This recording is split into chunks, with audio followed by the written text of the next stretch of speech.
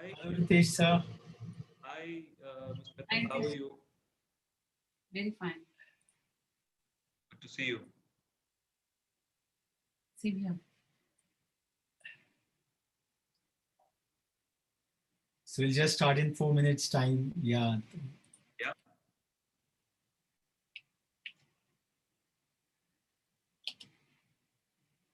So rethink, right? Before we, while we'll get started, why don't you guys kind of tell me a little bit about rethink? Yeah, it's quite a very interesting journey. We are just live on YouTube, so we'll catch it upon. So we are already live there. Okay. All Yeah, right. Sure. catch Sure, up. sure. Yeah, perfectly. All right. So, friends, this is second in the series of this Custodians of Care. We're just starting in a couple of minutes. We got the maiden edition inaugurated by Dr. Rati Verma, the doyen of healthcare quality, someone who is spearheading 14 max healthcare institutions across the country. And the whole purpose behind this series, as we covered last time in our inaugural edition, was that from a layman's perspective, a corporate hospital, a larger healthcare facility, is somewhat it's a maze somehow, and a lot of things keep on happening. But this 1.5 years of COVID lockdown, so people need to know that who are the people behind, who are structuring it all, what kind of a care protocol is really mandated. There is a corporate layer which ensures the fine running of it all. And as Madam Verma had said, that very, very elaborate care protocols are in place where medical excellence is supplanted. It's supplemented with service excellence, with the feel, with the kind of being cared. That is something which is very, very important. And as she also, so taking further and forward the agenda today, we would be having Mr. Ritesh Mittal, who happens to be the Assistant Vice President Corporate Strategy at one of the most emerging healthcare groups, Paras Healthcare, with us. So the underlying objective of this entire series is to reduce the gap. This, as I would say, there's a kind of a deficit, a kind of a trust deficit or information deficit, and the hospital's perspective is generally not very much known to the common care seeker. Somehow or the other, the common parlance has become, big facilities, big stuff. But in order to create a F&B facility in a hospital setting, they need to understand largely that what kind of additional challenges are out there. We use the moniker last time ki we go to a vacation, we go to a hotel, and we don't ask much, and we just swipe our cards. And whatever the tariffs are out there, and because we are expecting that kind of a facility, and that doesn't, I would say, hurt us more. But somehow or the other, because we have been a kind of a socialist state, or there is a huge gap in the health continuum. So we want the services of that standard as a consumer. But somehow or the other, when it really comes to patronize it It's by 14 hours. I would say in any fashion. So this discourse is all about how the common, I would say, care seeker and the care provider, there's a gulf between them. So can we become a bridge and take the discourse further? So the clock has struck 2, and it is this lovely hour on which we interact with one or the other custodians of care, people who work behind the scenes, people who make high quality healthcare possible without much of the drudgery, which obviously when we all fall sick, we all get accustomed to. So today, friends, we welcome Mr. Ritesh Mittal, the Assistant Vice President Corporate Strategy at Paras Healthcare. And a bit about Paras Healthcare before I get Ritesh ji and the questions we have. So Paras Healthcare is a chain of hospitals. It is providing specialized tertiary care. The first Paras hospital was opened in Gurgaon in the year 2006. So 15 years over, they have expanded over the years, and they have set up their specialized centers in Chandigarh, Panchkula, Darbhanga, and Patna. And they have a total capacity as a group of around 1,500 beds. So welcome Ritesh ji to this second edition of Custodians of Care. Thank you.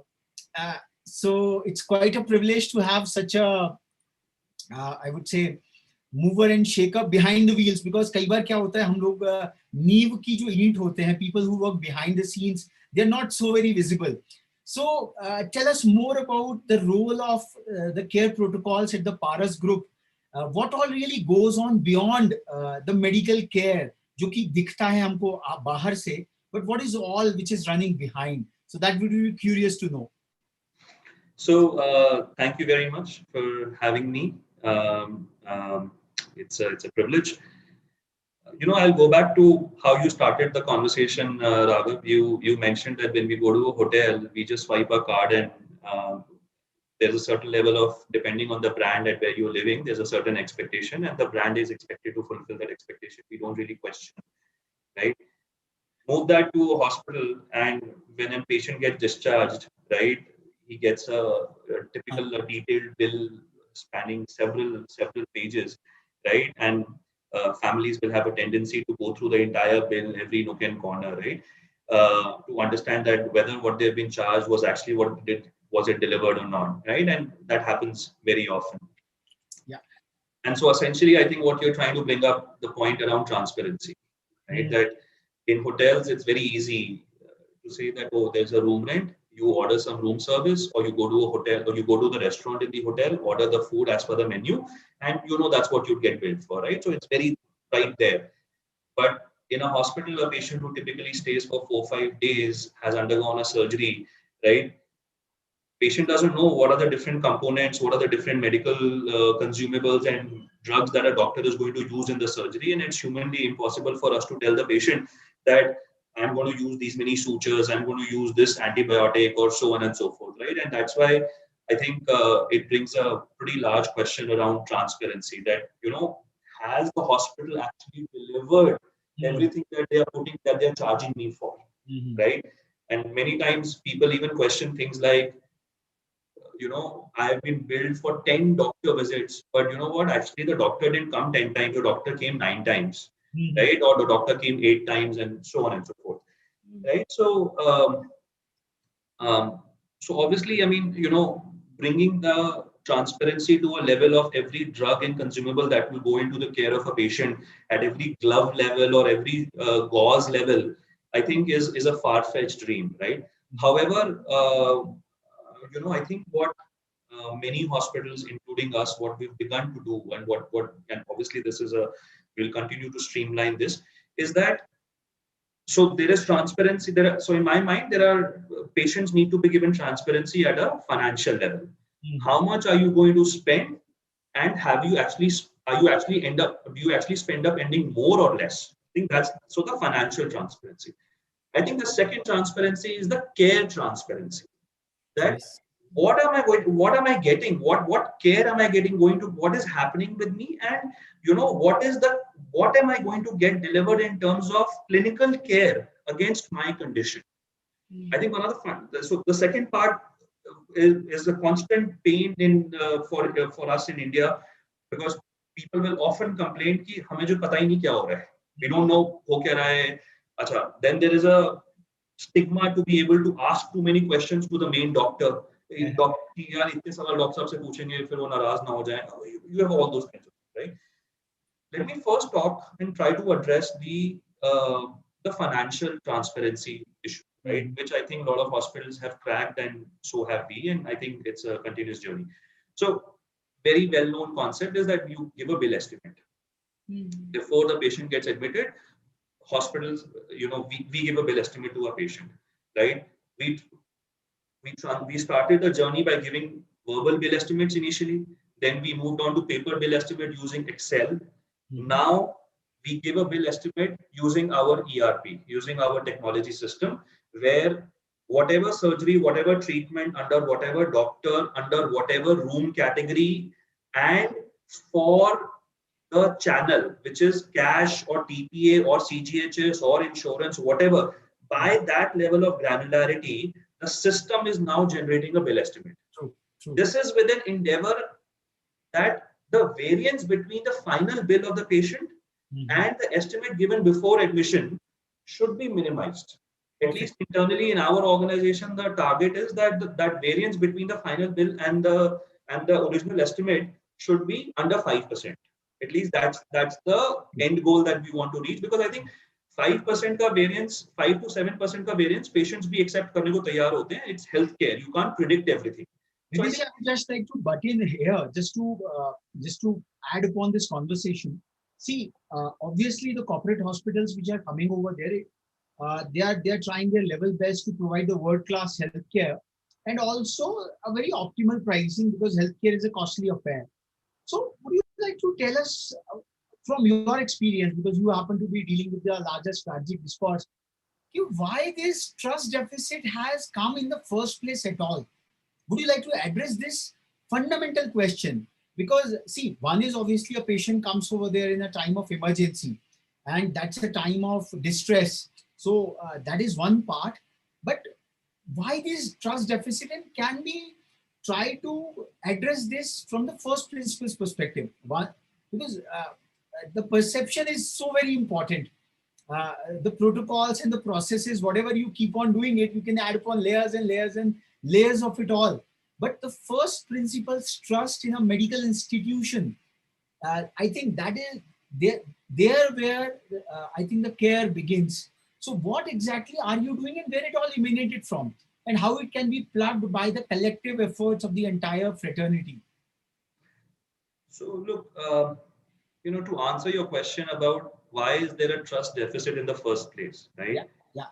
I think again, I think first reason why there's a trust deficit in the first place is because uh, many times across hospitals in India, patients kind of end up paying more than what they were told initially. So I think fundamentally, they feel कि यार बोला तो कुछ और था, पैसा बहुत ज़्यादा हो गया. It's like, think about, you send your car for a service, and your service center tells you this is what you will pay, but you get a bill of amount significantly more than that. Then you feel यार ये क्या हो गया. So I think that financial discrepancy between what you end up paying versus what you were initially told immediately creates a trust deficit, right? The second thing is on the clinical care, why patients may end up having a trust deficit is, so I think that communication becomes key, right? If the medical team, nurses, doctors, if they don't talk to their patient, they don't keep them updated on the patient and the family on a regular basis as to what's happening, is the care pathway being followed, right?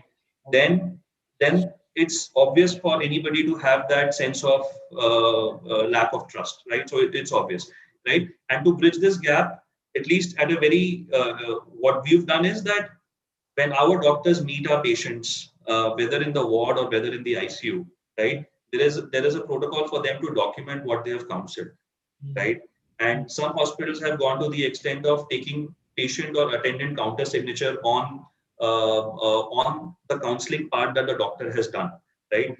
We don't do that, but our doctors are required to document everything that they have explained to the family, right? So I think the trust deficit comes when the family is not informed as to what's happening with the care of the patient. As long as there is a change in care pathway, because patient condition may deteriorate, as long as there is a change, and there's a change in care pathway, but the family is kept informed, right? The trust level maintains. But the moment there is a barrier in communication, right, and you do something which the family is not aware of, that's where I think things happen. I think I would also like to add an aspect here, Ritesh, that the very important, the aspect of the component of that medical delivery, the care per se, So, the general impression in the public is that, now what has become is that it has become commoditized. Healthcare has become commoditized. So when you go to a hospital, you swipe the card, you get an appointment, you get a consult. So somewhere I think as a whole, as a healthcare industry, as a healthcare sector, we need to impress upon, I think, the patient education about the new age hospitals. Yes. That has to be also percolated down the line through our marketing efforts, in the corporate strategies a lot, and also to tell the patients that it is a lot of effort to give a 360-degree kind of treatment, not just medical excellence. Medical excellence is the core of it. See, what Dr. Surbi is talking about, and I think Mr. Mittal, Ritesh Mittal would also say, see, हम लोग जब गाड़ी खरीदने जाते हैं या hotel में जाते हैं, तो मान के चलते हैं कि भैया ये कमोडिटी है, हम इस सर्विस लेने जा रहे हैं. But somehow the other, like healthcare, so it happens in education also. Because somehow the other, education and healthcare both have a socialistic thought process that the state would fend for us, and those elements are associated. So somehow the other, the mindset has not come up to that level. Okay, we are going for a world-class healthcare facility. We want not the hospitals but a hospital. It costs. It costs. So I think that this is probably one of the bottom line perception change, that if we are really going to these healthcare facilities where we are not taking back the hospital acquired infection. So in order to fix that, the hospital has to really incur a huge cost.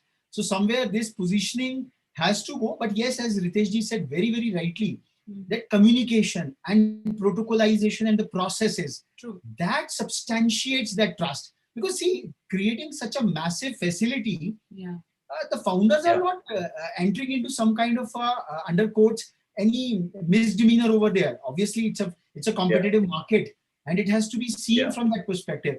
Maybe you would like to throw more on this aspect of the conversation. I'd like to add two things to that, right? What you guys have just said. One is that I believe that a fairly, at least for corporate hospitals such as ours, right? I will not comment at tier 1, tier 2 city level, tier 2, tier 3 city level, but at tier 1 level in metro cities such as ours, I think a fairly large number of patients understand that there is a cost associated with taking treatment in hospitals, right? They understand that. They understand that there are doctors, there are too many, there's a manpower cost involved. So I think patients, my understanding is that I feel that they come with that expectation कि बड़े hospital में जा रहे हैं खर्चा होगा, right? And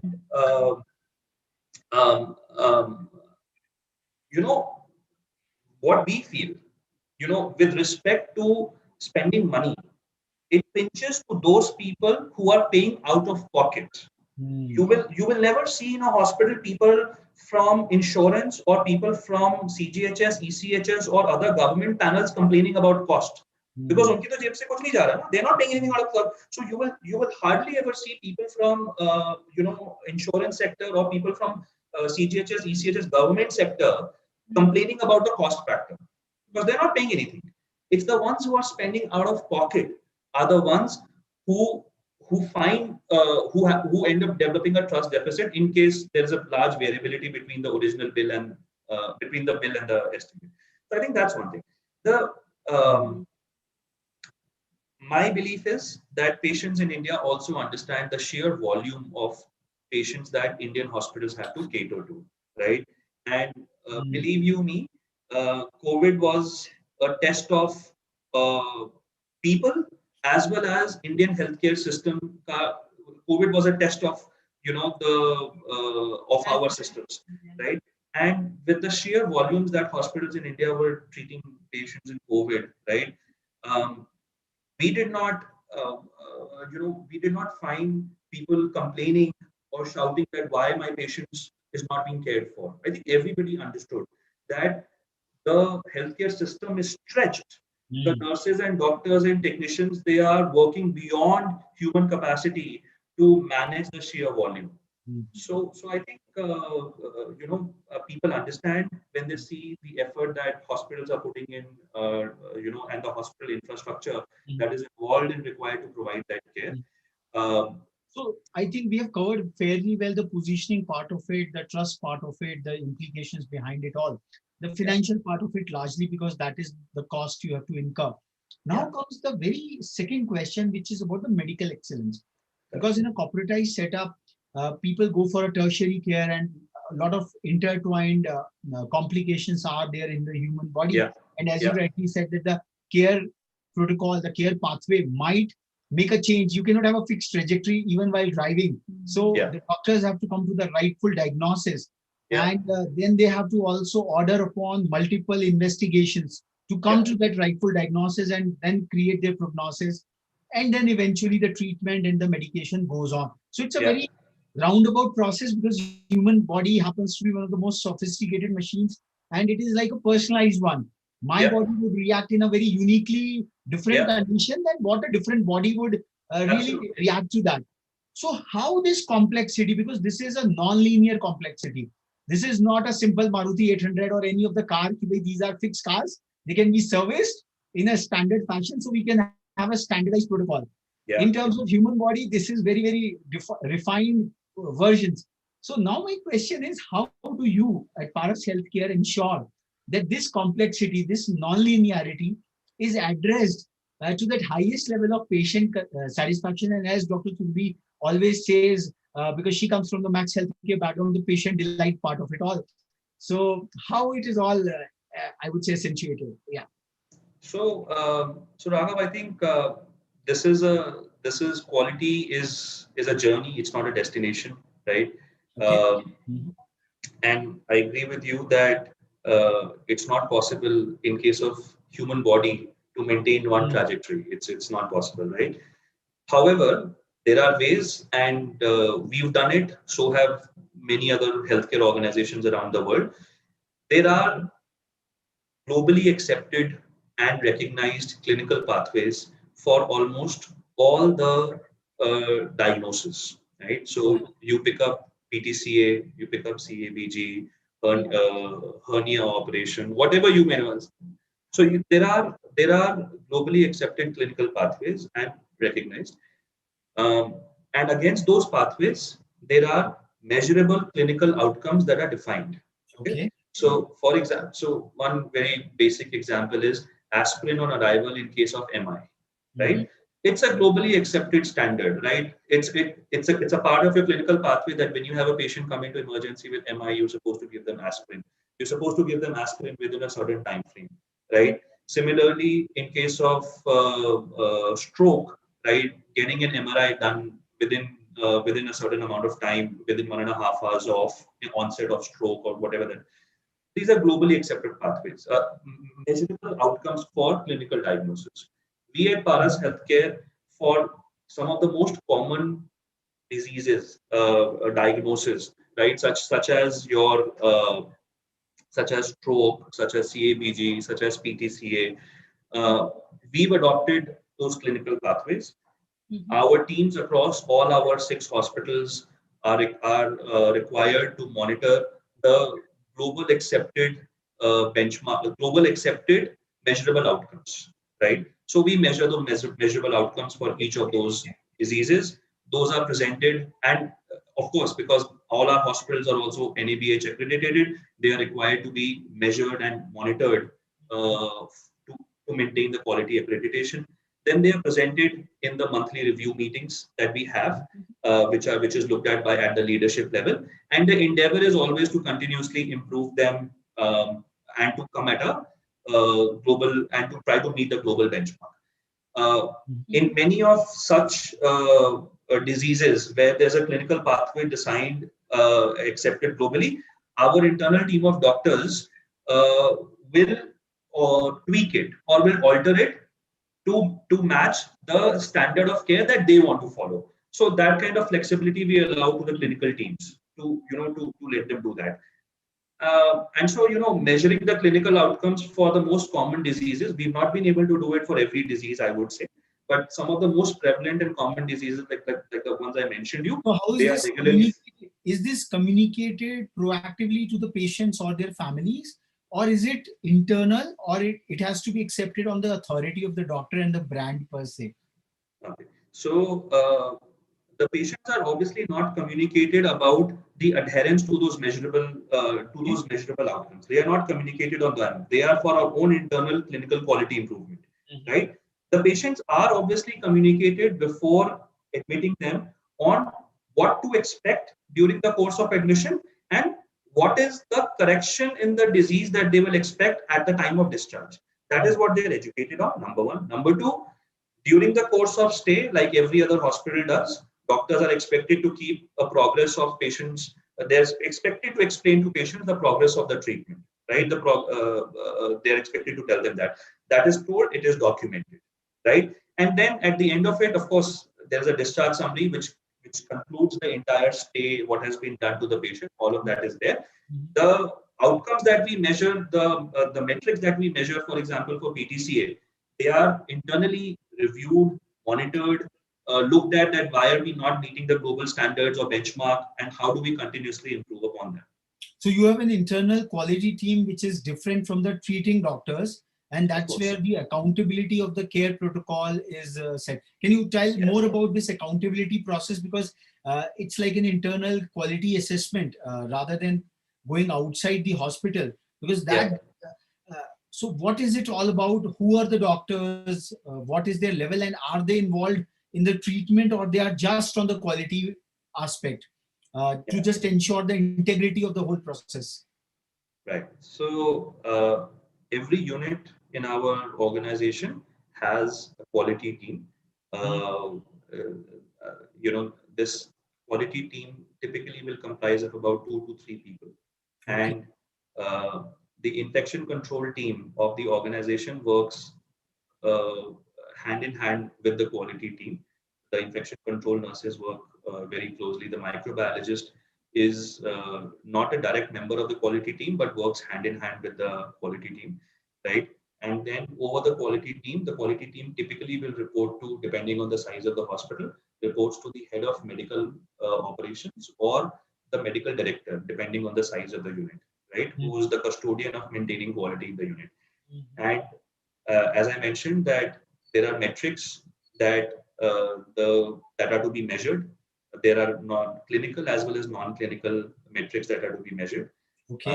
And then there are so non-clinical metrics will include general metrics such as infection control metrics, hospital-acquired infection metrics, but it will have specialty-specific, disease-specific metrics also, which is what I just mentioned. So they are expected to monitor them, measure them on a monthly basis, and then it is compiled into an overall summary report or a presentation, which is then presented to the head of the institute or the head of the unit, along with uh, the pharmacovigilance committee, along with the infection control committee, and the medical director. So they all are a part of that monthly review of these metrics.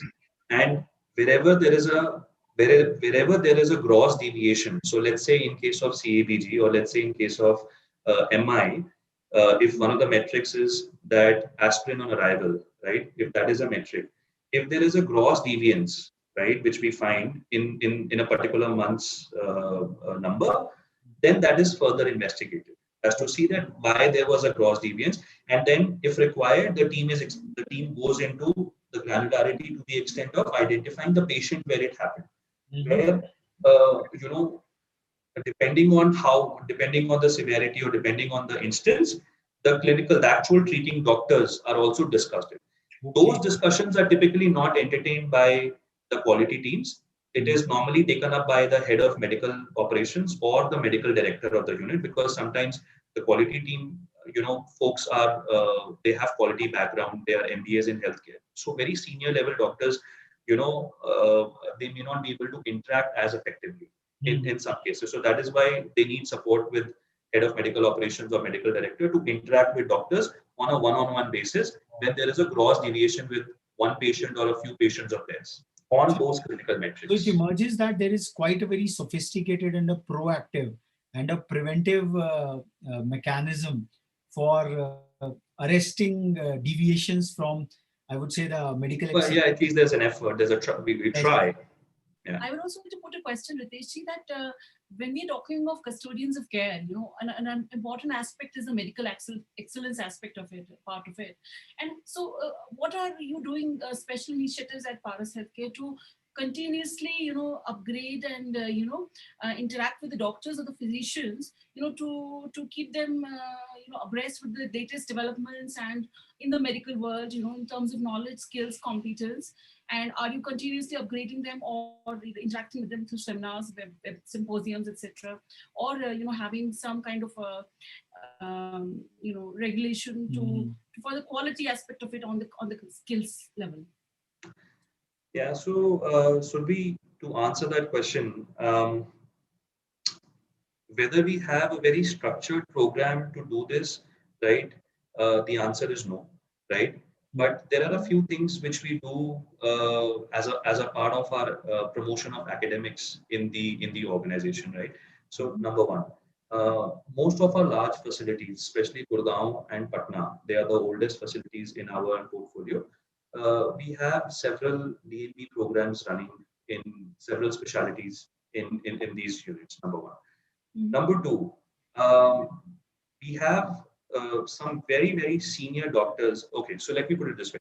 There are certain specialties which we are working on to develop into centers of excellence. Okay. So, for example, in our Gurgaon facility, neurosciences is looked upon and is treated as a center of excellence, okay, because of the clinical team that we have and the clinical leadership that we've been able to establish in this market for neurosciences. So, for example, Dr. V.S. Mehta, and in such centers of excellence, the head of that institute or the head of that medical program is often one of the most illustrious doctors that you will find across the country, actually, right? And one of the roles of the doctor in such programs is to promote exchange of information between all units in that medical program in our hospital in across all our hospitals, right, is to drive excellence in that specialty across all the hospitals, right? So bringing the consultants across all the hospitals on a common platform, is often the responsibility of such an illustrious doctor. And that's why in some of these specialties, we now look upon these doctors at the chairman level. So we call them chairman of neurosciences or chairman of oncology or chairman of orthopedics. And so these are very, very senior, illustrious doctors, command a lot of respect globally, and they are required to develop those centers of excellence in that specialty across all our units. So now, wherever Paras Healthcare is going, whichever cities we are opening new hospitals, we know that neurosciences is a center of excellence for us in Gurgaon. So we try to inculcate the same pedigree and the same kind of excellence across our other units also. So Udaipur we opened, so we're still setting up, a great center for neurosciences over there. So that's one thought, right? And those clinical leaders kind of make those efforts in that direction. The third thing that we do is, again, for such centers of excellence, we've tried to host national stroke international level conferences, right? Of course, COVID has been a detriment, but otherwise, until 2019, we've actually hosted national level conferences for those centers of excellence. So in Gurgaon, for example, neurosciences, having national level one conference a year where we would have delegates from all across the country and internationally was an annual affair. Similarly, in our Panchkula hospital, cardiac sciences is becoming into a center of excellence, right? Because we have the best cardiac program in terms of the clinical leadership as well as the technology, right? So there again, of course, it's a new facility, but we could not do that conference. But there was an international level conference which was scheduled and planned as a part of I think promoting the center. this is a magnificent way of furthering the care protocol, because if the group is so much committed to enhance the learnings, because in a hospital setting, as we say that the hospital is a laboratory in itself, and all the data, all the use cases which are coming across, if they are converged, and then learnings out of it are made, and then they are expanded. So Paras, as a chain, that learning is not just limited to one center, but that whole aspect can spread all across. So this is, I think, lovely. My last question in this interaction, because we want to keep it short and crisp, on the care protocol, all this has been from the proactive perspective of the management, the commitment of the brand per se, that you have such an elaborate care protocol, such processes, systems, audits, reviews. It's all happening. But then we are all humans, and to err is human. And there would be some cases where there might be some grievance, some complaint, something over there. So what is the kind of the grievance redressal process, and how proactive is that? How Paras brand, Paras Healthcare takes it up as a commitment towards it, how it is addressed over there. So that would complete the whole care continuum, perhaps. Yeah, so patient feedback obviously is taken very seriously, and patient feedback is taken typically at the time of discharge. Okay. where patients are expected to give a feedback of their overall experience across clinical and non-clinical services. And in the event where there is if we discover during the patient feedback forms, if we find out that there's something which is greatly disturbed the patient, right? Then the first point is that the call center teams will typically call up those patients and try to delve deeper into what went wrong, what is it that they didn't like, right? And subsequently, then those complaints are divided between clinical and non-clinical. If they are clinical complaints, then they are sent off to the head of medical operations. If they're non-clinical, then they are sent off to the head of administration for the unit. There is a turnaround time which is set, defined for them to respond to those complaints and come back to the patient. From that point onwards, it is those respective departments which are supposed to take those complaints directly with the patient, but the loop has to be closed. So that's where the quality department comes into it. So quality department keeps a track of all such complaints and whether the turnaround time to close the complaints have been done or not. And this is what happens post facto. When a patient is complaining while he's physically present in the hospital, then of course it has to be addressed. And if wherever there's a service recovery required, if there's a non-clinical issue, right, then sometimes there's a component of service recovery. So the relevant team proactively tries to do the necessary service recovery. I think it has been I would say, a mind-boggling session. And as we say in Hindi, कि पारस जो है वो किसी को भी छूता है तो सोना बन जाता है. And in the context of healthcare, probably the commitment of the Paras group and as initiated by Ritesh ji so very beautifully and so very authoritatively, I would like to say that quality is not just one of the departments or just one of the, I would say, brand differentiator. It is permeating all across. And the way you said that clinical and non-clinical, it permeates across the processes and systems. And somewhere, because this growth from in such a short period of time, in 15 years odd, you are handling 1,500 beds collectively as a group. This expansion just cannot be possible without, I would say, the first and the foremost commitment to quality. So quality is not just any side department, like the public relations has become very central role. So quality has also become very, very central role, and we perhaps feel that at the highest level of management, without their proactive intervention, this kind of an authority which Ritesh ji is exuding, this is not an academic discourse, as we can see. It is all very, very, very, very pragmatic, all the processes, all the transparency, because it is all integrated into the whole care continuum. Dr. Surbi, any closing words? Absolutely. I think the commitment is very, very evident from the way we have had such an in-depth, ingrained discussion. And Paras Healthcare is truly a gem in the entire chain of and I would say that the locations they have chosen, I think that also shows their commitment. Now going to Darbhanga अगर आप 100 लोगों से पूछ लीजिए तो आज के इस condensed word में people won't even able to plot it on the map. But going as deep as Darbhanga, it shows the kind of larger commitment. Accessibility. So we operate on 3 tenets, right? Affordability, accessibility, quality. So that's what. Centers of excellence like cardiac excellence. This is quite unique. And neurosciences. This is very, very. And that's where the applied research in these disciplines would probably come through. And I think it really opens up a host of discussions, because healthcare, again, as we say, that it deals with one of the most sophisticated machines. All technologies have to converge on the human body. So Ritesh ji, thank you so much taking out time from your extremely busy schedule for this interaction, for this larger public education. And we will surely be in touch and take this conversation further on other dimensions. Thank you so much. Sure. Thank you so much.